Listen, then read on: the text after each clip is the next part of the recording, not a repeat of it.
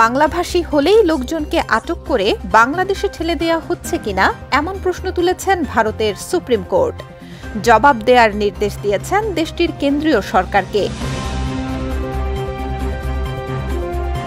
শুক্রবার বিষয়টি নিয়ে দায়ের করা জনস্বার্থ মামলার পরিপ্রেক্ষিতে এই নির্দেশ দেন ভারতের সর্বোচ্চ আদালত।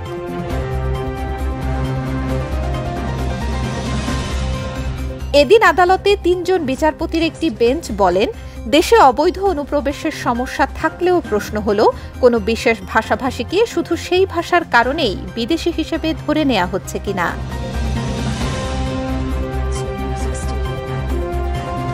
এই জনস্বার্থ মামলা দায়ের করে পশ্চিমবঙ্গ সরকারের পরিযায়ী শ্রমিক কল্যাণ পর্ষদ। অভিযোগ, বাংলাভাষী অভিবাসী শ্রমিকদের বাংলাদেশি সন্দেহে আটক করা হচ্ছে এবং নাগরিকত্ব যাচাই না করেই বাংলাদেশে পুশ ইন করা হচ্ছে।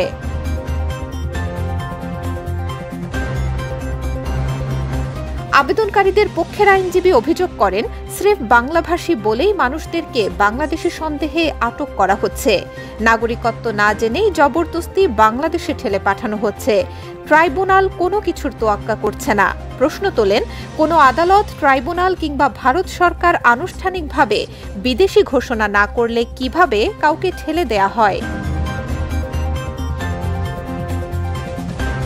আরও বলেন, বাংলাদেশ সরকারের সঙ্গে এই বিষয়ে কোনো সমঝোতা নেই। অন্য কোনো দেশ কাউকে গ্রহণের সম্মতি না দিলে জোর করে ঠেলে দেয়া আন্তর্জাতিক আইনের লঙ্ঘন।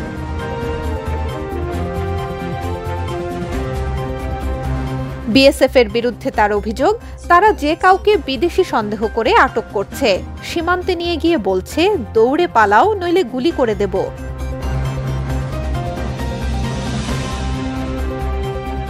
বিচারপতি জয় মাল্য বাগচি প্রশ্ন করেন, এই অভিযোগ অনুযায়ী কর্তৃপক্ষ কি আসলেই একটি নির্দিষ্ট ভাষা ব্যবহারকারীদেরকে বিদেশি বলে ধরে নিচ্ছে?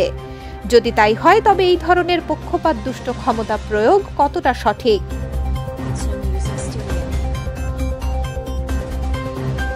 আরও বলেন, সীমান্তে ধরা পড়া অবৈধ অনুপ্রবেশকারীকে প্রতিহত করার অধিকার নিরাপত্তা বাহিনীর রয়েছে, কিন্তু সীমান্ত অতিক্রম করার পর যদি কেউ দেশের ভেতরে থাকে তবে তার ক্ষেত্রে নির্দিষ্ট আইনানুগ প্রক্রিয়া অনুসরণ করতে হবে। সরকার পক্ষের সলিসিটর জেনারেল তুষার মেহতা বলেন, ভারত বিশ্বের অবৈধ অভিবাসীদের রাজধানী নয়। ভারতের নাগরিকদের জন্য যে সম্পদ রয়েছে, অবৈধ অভিবাসীরা যেন তা নষ্ট না করে, সরকার সেটাই নিশ্চিত করছে। তিনি সরকারের অবস্থান জানাবেন।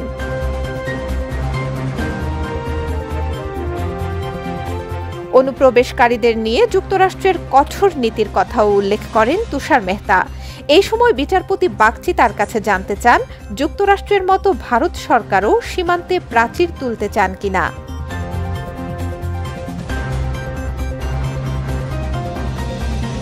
রাষ্ট্রীয় নিরাপত্তার বিষয়টি সুপ্রিম কোর্ট মেনে নেন।